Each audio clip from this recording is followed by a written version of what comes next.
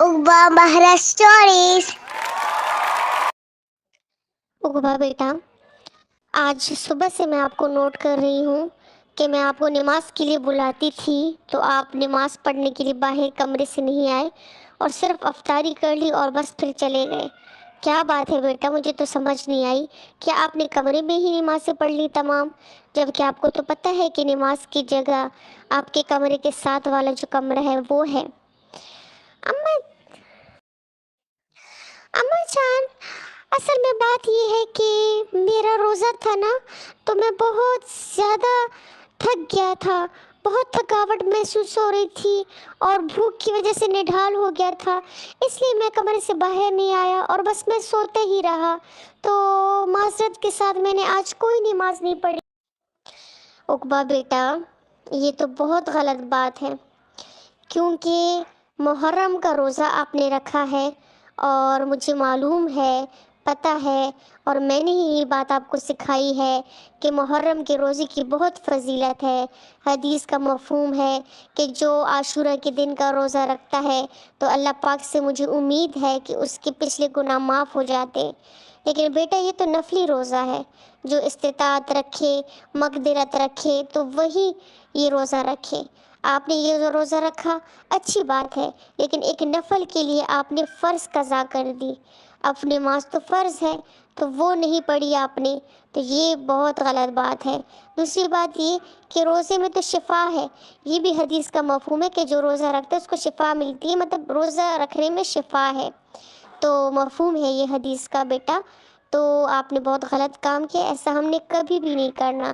कभी भी फ़र्ज़ को छोड़ के नफल नहीं पढ़ने या नफल काम नहीं करना। पहले फ़र्ज़ है फिर नफल है। जैसे ज़कात फ़र्ज़ है और साथ में सदक़ात नफल है, तो हम सदक़ात पहले नहीं देंगे बल्कि हम पहले ज़कात देंगे, फ़र्ज़ पूरा करेंगे। तो बेटा, इसी तरह ये कहानी मैं आप लोगों को सुनाऊंगी।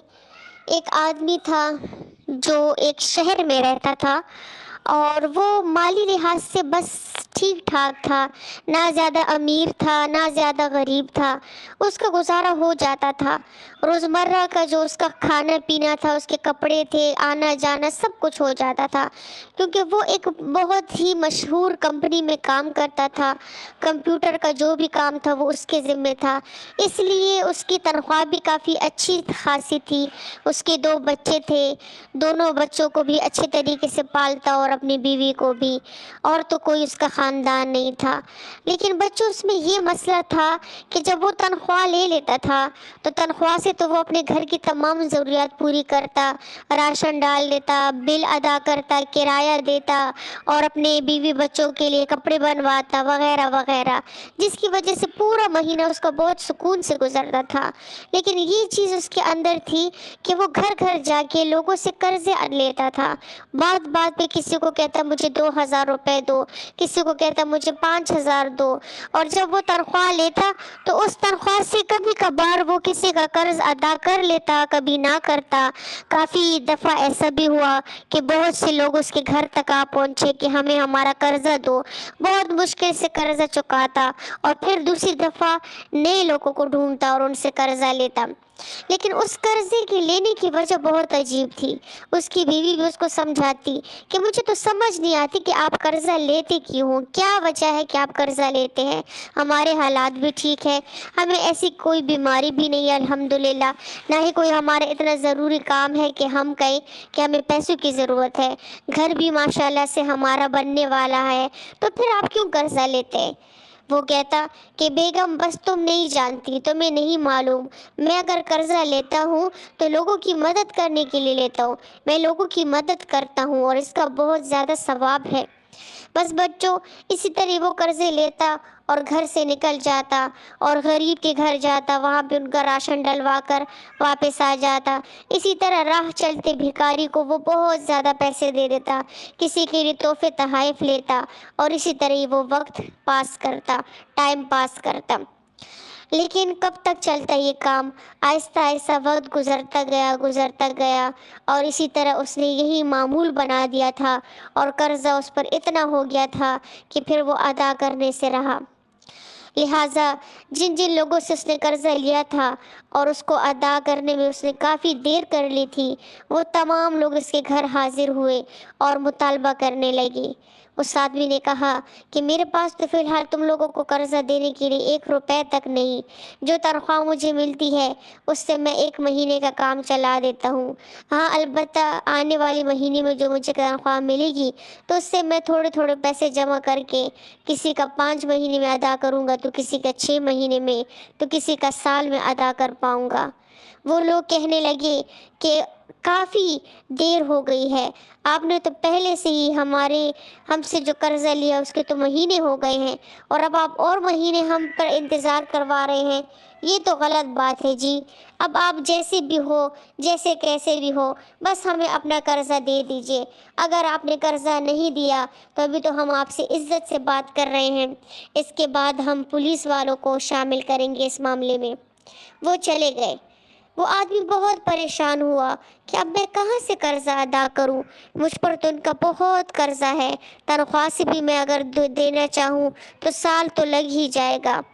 پریشان تھا، آخر میں ایک ہی تدبیر سوچی کہ بس جو بھی ہو یہ ہو سکتا ہے کہ میں اگر قرضہ واپس کروں گا تو میرا جو گھر بن رہا ہے اسی کو بیچ ڈال کے ہی میں قرضہ واپس کر دیتا ہوں۔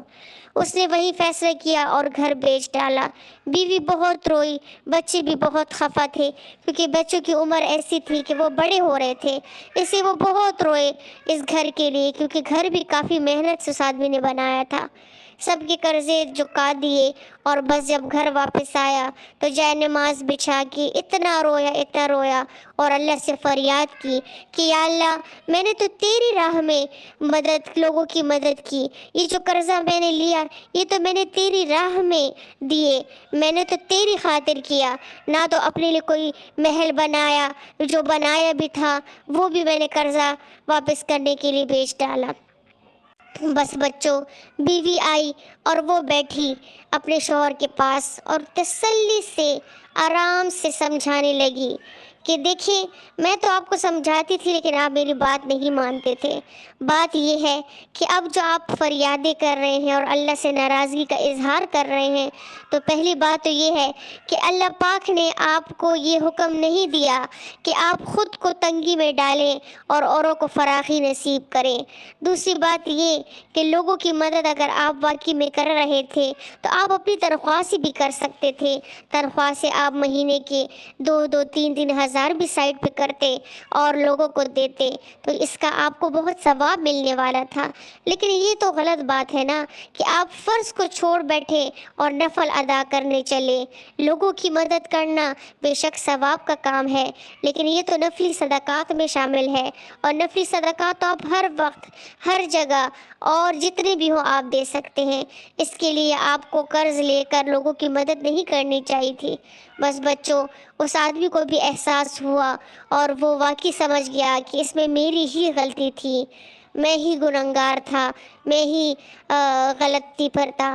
بس اس کو اس کا احساس ہوا اور پھر آئندہ سے اس نے یہ کام کرنے سے بالکل توبہ کر لی، اور جب بھی اس کے پاس پیسے اضافی ہوتے تو وہ اسی سے ہی پھر مدد کرتا۔ تو بچوں، آج کی کہانی تو یہ تھی۔